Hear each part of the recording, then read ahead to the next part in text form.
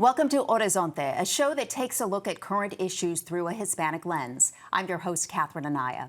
We've talked before about the stress and trauma that immigrants are facing in the current political landscape.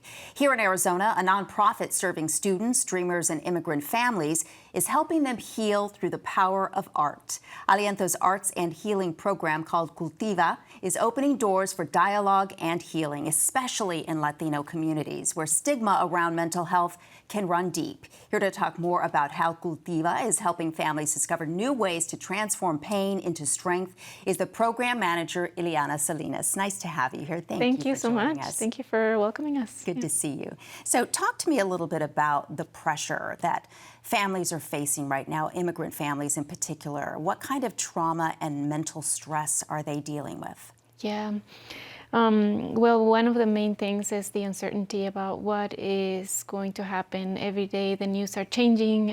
Every day the news are telling us about all the raids or like the detentions. And so that brings a lot of uncertainty, a lot of anxiety and stress as well in families. There have been families that I work with who have a family member who is in detention or maybe in deportation proceedings, and it's a lot of unknowns. And I think what I hear a lot is this sense of powerlessness sometimes, like not being able to remain, right. Even if they've been here for so many years. And we work with a lot of the families who've been here for many years, 10, 20 years, dreamers who've been here since they were little.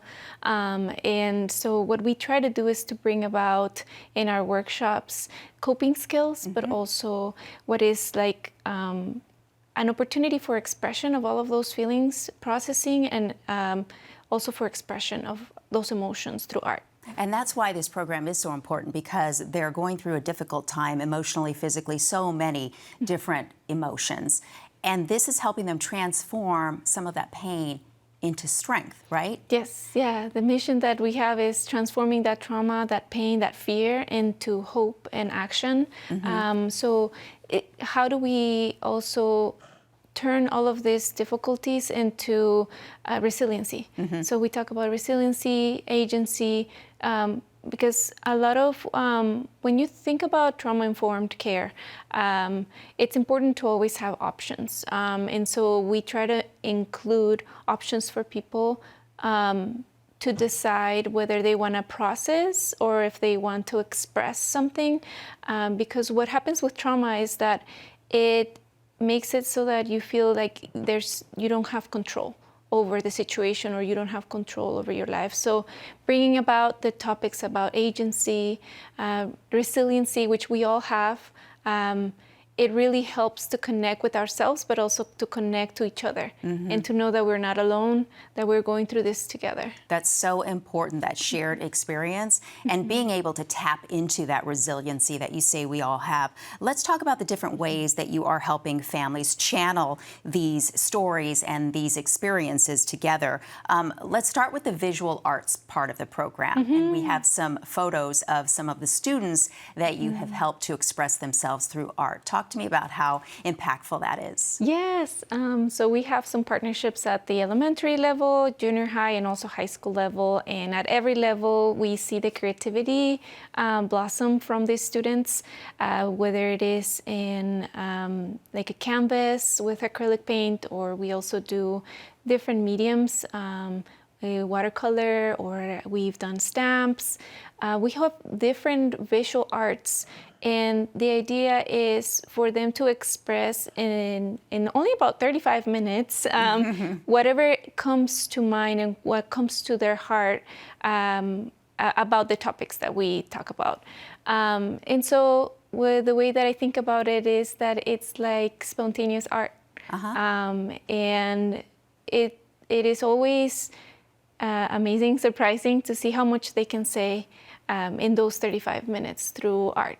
Which tells you there is so much on their minds, right? I know that you also, another component is the Mic Nights that you host, and you recently had one, which we have some pictures of as well. This is an opportunity for families to come together and share their experiences through music, through poetry. Tell me a little bit about how impactful these nights are. Yes. So we started these nights since 2016 after we started our workshops. And the idea is that during the workshops we create, but during the open mics we express and we perform. So it can be stories, poems, songs. Many times we've also had interpreted dance.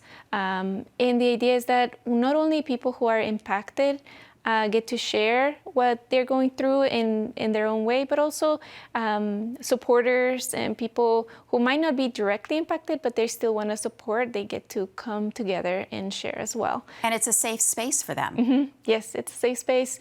When many times we feel there's this stigma about the immigration status that maybe we don't want to talk about in other places. What we try to build is this sense of a safe and brave space.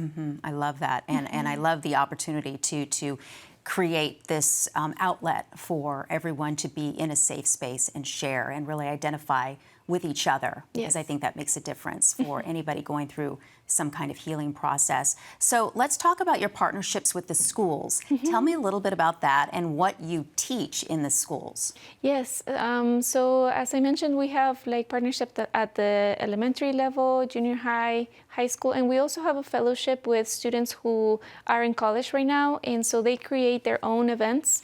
We support them in their leadership skills, in creating the event, inviting people who they know, like their fellow students, and basically we can bring a workshop, like a one-time workshop, or we can do several workshops in a year. In one of the partnerships that we've had for 7 years, we do one workshop a month, and then at the end we do a gallery where families come together with teachers and also the students, and they get to see the art that they created throughout the year, celebrate and share community time. That's so fabulous and so important to also include the educators in exactly what the families are going through. According to your website, in the 2023-24 school year, Aliento provided workshops to over 1,000 students in Phoenix and Mesa High School. Of all the students who completed pre- and post-surveys, 84% reported sustained or reduced levels of stress, and 82% reported sustained or reduced levels of anxiety. Have you noticed an increase in the number of schools needing this, particularly right now? Yes, we've heard from a lot of counselors, teachers, social workers who reach out and ask us if we can come and bring a workshop. We also offer professional development sessions for the teachers, just to bring about some best practices that have worked with us and that we see in other practitioners that have helped the families they serve. And so we lead those workshops, and then we also do parent engagement. And as far as the need, we see it. We've been to several districts here in Maricopa, and also Yuma and Tucson and Flagstaff as well. And the need is there because families are basically going through this process of figuring out, how do I talk to my child about what's going on?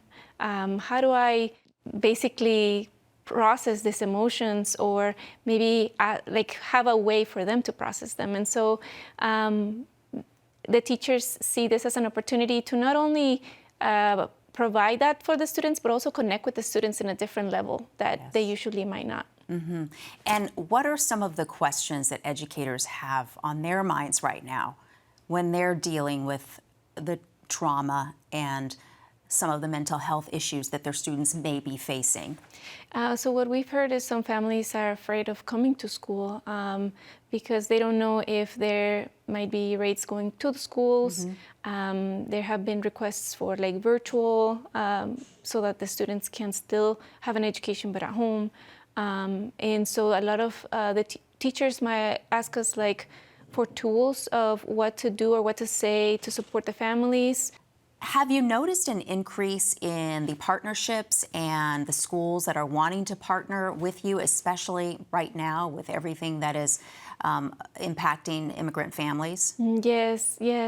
So we have been to districts here in Maricopa, in Tucson, in Yuma, in Flagstaff as well.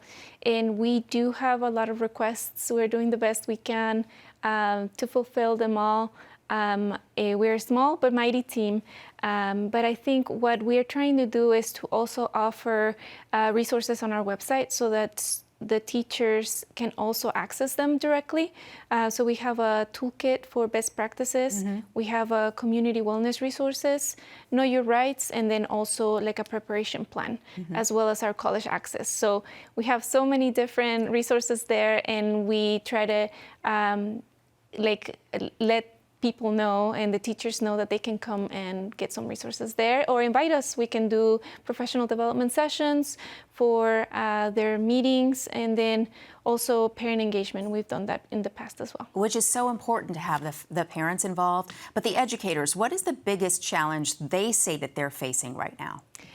I think the biggest challenge that I hear from the educators is to know what to say. There have been families who reach out to them who say, my loved one was detained. What do I do? And so the teachers don't know how to support. So we provide them with a list of trusted attorneys. We also recommend some mental health best practices. Another question that we get a lot is the fear from families about schools being targeted for raids. And so we offer Know Your Rights information, and a lot of principals have worked on their own about what the plan would be in case something like that were to happen. So you have so many resources on the website. If somebody's watching right now, whether they're with the school or in the community, and they want to participate in these programs, which are free for the community, Yes. or they want to bring these programs into their schools, what's the best way for them to go about doing that? Yeah, they can contact us on our website at alientoaz.org. We're also on Instagram, very active, and on LinkedIn at alientoaz. And yeah, reach out to us, and we would love to come and share some of the resources that we have. This is also an opportunity for us to learn what works with them so that we can pass it on to others. So it's this constant kind of community of sharing Yes. with each other. So the website would be the best, yeah. Well, you do so much great work in the community. Thank you so much for sharing this program. We appreciate it. Yeah, of course. Good to see Thank you. Good to see you too. Thank you. And that's our show for Horizonte and Arizona PBS. I'm Catherine Anaya. We'll see you next time.